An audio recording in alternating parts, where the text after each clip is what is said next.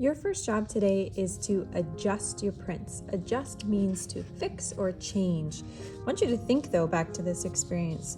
We started with an aerial image from Google Earth, and look where we are now. It's kind of fun to look back at our progress into turning our aerial image into some really abstract pieces.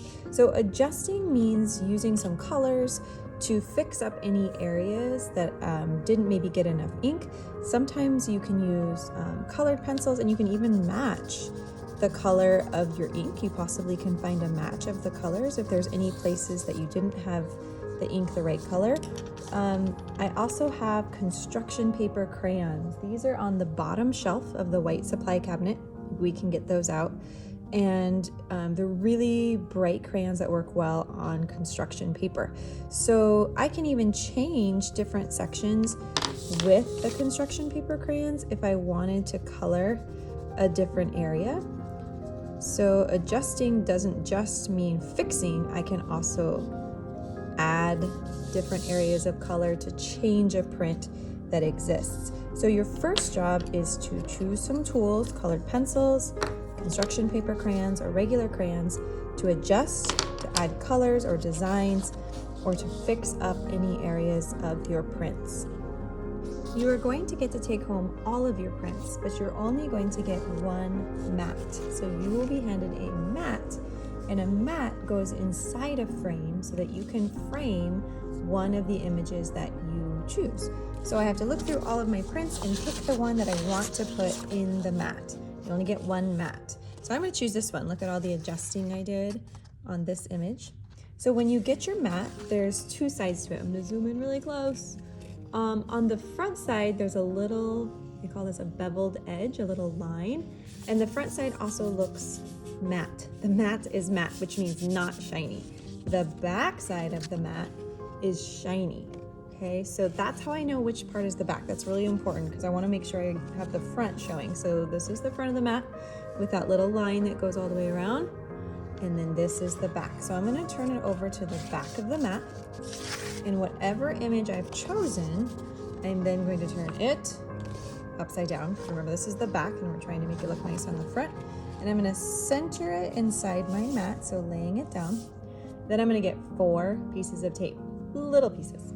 So I have the tape over on top of the white supply cabinet, and I'm going to get 4 pieces, and I'm just going to put one on each side. I don't want the piece to go up and over the top. I'm just going to lay the piece like this so that each section of my favorite print is set inside the mat. I turn it over. Oh no! So make sure that yours is centered in the mat, because the goal would be that it's going to look the same on both sides. So I'd have to adjust it slightly. So I could even go like this, have it off, set it down so that it's just going to be perfectly aligned on here.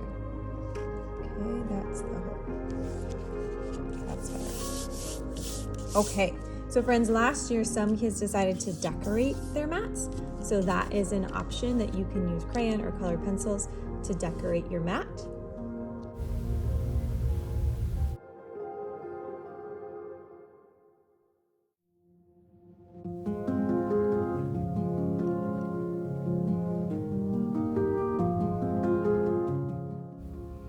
I like how this artist thought about their location and wrote the name of that on their mat, and then also did some research about some other things that are part of that area and wrote those words on the mat as well. So you could use that space to connect your image and give us some more information about where it is.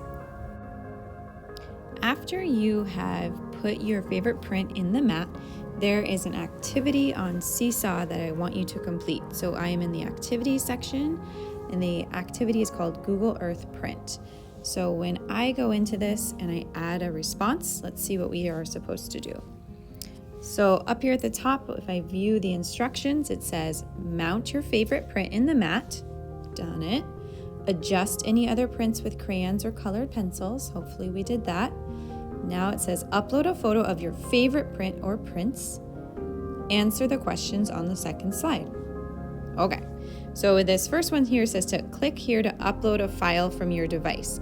that means I have to already have taken a picture of it in my camera roll. So if I go to my camera roll, I have it here.